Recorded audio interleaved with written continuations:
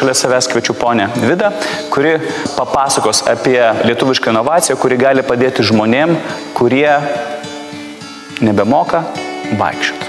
Mūsų įmonė užsiminėja visai kitais dalykais, ne medicinos prietaisais. Verslą darė.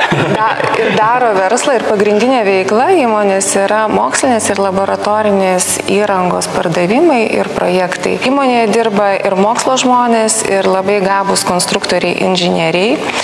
Ir atsitiko vieną kartą tokia istorija, kad įmonė kreipėsi jauno žmogaus globėjai, jaunas žmogus patyrė traumą, turėjo negalią ir paprašė sukurti prietaisą, kuriame žmogus galėtų pakilti žmogaus ūgį ir šiek tiek lavinti savo likusio judesio gebėjimus ir atstatyti galbūt ir tai, kas buvo prarasta. Yra daug dalykų, kas įtakoja mūsų judesį. Mūsų judesį įtakoja ir gravitacijos kampas, pasvirimo kampas ir fiksavimas. Pavyzdžiui, mūsų visa kūno fiziologija yra tokia, kad fiksavimas yra ties klubais viso kūno. Įranga buvo sukurta laikantis visų pagrindinių biomechanikos principų. Ir pagrindinis principas, eisenos principas, korektiškos eisenos principas, kuris yra sukurtas remiantis skriemulių sistema, jisai netgi yra užpatentuotas tiek Lietuvoje, tiek Europoje. Tai Europos masto inovacija. Tai yra inovacija ir tai yra naujas dalykas ir medikų pasaulyje. Ir mes iš tikrųjų džiaugiamės, kad galime palaikyti tą naują medicinos, gal ne tiek naują, bet šiuo metu gan plačiai diskutuojamą medicinos kryptį neuroplastiškumą. Neuroplastiškumo teorija yra teigiama, kad smegenų plotai šalia pažeistų smegenų ploto, jos sugeba perimti pažeistų smegenų ploto funkcijas. Ponia Aurelija, klausimas jums. Ar iš tikrųjų yra kažkoks tai mokslinis pagrindas? Čia gal tiesiog stebuklai keliai vyko ir viskas? Aš manau, kad labai ta teorija neuroplastiškumo yra teisinga, todėl kad kai susiformuoja tas toksai nejudrus gyvenimo būdas, tai iš tiesų mūsų smegenyse tas ir užsifiksuoja. Ir kai čia atsiranda judesio laisvė arba atsiranda vėl vertikali padėtis, tiesiog tos nervų ląstelės jos sugeba išleisti tam tikrus neuronų, suformuoti vėl ryšius naujus tarp neuronų, išleisti ataugas, neuritus vadinamus ir apeiti tą pažeistą sritį ir žodžiu, treniruokliai iš tiesų yra matyti ne vien momentinė pagalba pacientui, bet tikrai mane įtikino, kad tai gali turėti ilgalaikį teigiamą poveikį. Būtent per smegenis jau eitų atsistatymas normalių judesių. Mes šitą įrangą pritaikėme ir žmonėms, kurie turi paraplegiją ir sėdi daug metų vežimėlyje. Atsiprašau, paraplegija tai yra kas? Tai yra stuburo pažeidimai, kada žmogus neturi judėjimo funkcijos ir jos neatstatys. Bet žmonės su negalia, sėdintis daug metų vežimėlyje, jie patiria labai daug diskomforto.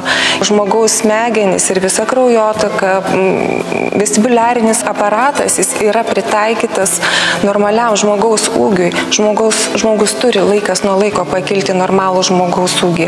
Tai va šitas prietaisas, jis yra sukurtas toks, kad jis su savo minkštąja pakaba gali pakelti žmogų nuo sėdimos padėties, netgi iš neįgaliojo vežimėlio, iš žmogaus ūgį ir jis gali būti pritaikomas ne tik tai kaip judesio lavinimo priemonė, bet tiesiog buvimo saugioje pusiausvyros būklėje ir žmogaus ūgyje priemonė. Tiesiog žiūrėti pro langą ir tai jau yra gerai. Kas buvo tas impulsas, į ką jūs sureagavote? Nes aš jaučiu, kaip jūs tiesiog visi esate pergyvenanti tuo, ką darote. Kas jūs palietė?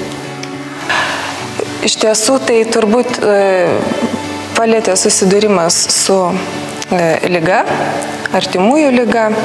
Taip pat palietė, kas labiausiai šitoje srityje palietė bendravimą su žmonėmis su negalia, palietė bendravimas su žmonėmis, kurie patyrė ligą po traumos, po operacijos, po insulto, kurie nori vaikščioti.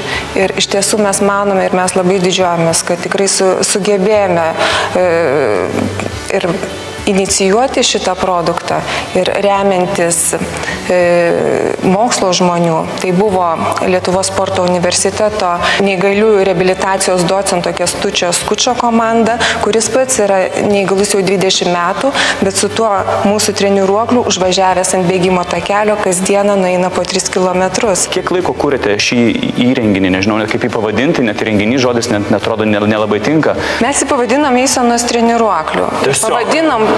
Davėm pavadinimą tiesiog eik. Iš tiesų ir tas žodis eik susijęs ne tik su žingsnio darimu, tai yra susijęs su viskuo, kas skatina žmogų augti ir kabintis į gyvenimą ir eiti pirmin ir tik pirmin ir nesigręžiant atgal. Šitas renginys pradėtas kurti 2010 metais. Jis buvo kuriamas neskubant. Mes esam komercinė įmonė ir įmonė tikrai daro nemažą verslą iš savo pagrindinės veiklos. Čia yra įmonės hobi ir išties yra įmonės darbuotojų pastebėjimas, kai pradėjo įmonė kurti šitą įrenginį, įmoniai labai gerai pradėjo sektis verslas.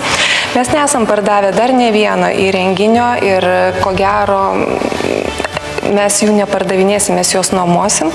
Šiai dienai esame pagaminę 10 renginių ir išdalinę įvairioms medicinos, reabilitacijos įstaigoms visoje Lietuvoje, centrams. Ir šiuo metu esame netgi patys įkūrę tokį centriuką, kur pastatė įrangą ir žmonėms, ypatingai su cerebriniu paralyžiumi, gan žymaus cerebrinio paralyžiaus gydytojo Jono Tertelio, kurį žino visi vaikai turinti šitą negalę Lietuvoje, patarimu tiesiog skatiname tėvus turinčius vaikus su tokia negale, kad vaikai turėtų galimybę kas savaitę atvykti ir patirti ir ėjimo džiaugsmą, bet iš kitos pusės jie galėtų tiesiog palaikyti savo funkcinę būklę. Tai yra kaip mums mankšta, taip jiems yra galimybė pasilavinti. Man labai įdomu, o kaip su to jaunuoliu, nuo kurio viskas ir prasidėjo? Ar jis bandė? O čia yra liūdna istorija, kaip liūdna. Jis įsėdo į šitą įrangą ir buvo pakeltas, kai jis negalėjo atlikti nei vieno žingsnio. Ir mūsų konstruktorius, kuris sukūrė tą įrangą ir daugiausia minčių jo ir idėjų buvo panaudota šitos įrangos konstrukcijoje, jisai pats asmeniškai važinėdavo į ligoninę, reabilitacijos ligoninę ir su juo mankštindavosi, treniruodavosi. Ir po 4 mėnesių šitas jaunas žmogus jau nueidavo 500 metrų. Bet kaip dažnai būna žmonių su negale pasaulyje, žmonės labai yra jautrus ir labai grįžta į depresiją, į nuliūdimą. Ir tiesiog atsitiko taip, kad tas jaunuolis po 5 mėnesių jis tiesiog turėjo galbūt tokio liūdesio ir depresijos ir jisai po to jau nebesitreniravo. Šita įranga buvo tobulinama, čia yra gal pas mūsų pagamintas gal jau koks 5. įrenginys, kuris šiuo metu yra 5. versija. Šiuo metu mes jį sertifikavome, akreditavom kaip medicinos prietaisą, turime CE ženklą. Ką reiškia tas ženklas? Kad jis atitinka visus europinius standartus medicinos prietaisams. Ačiū Jums labai.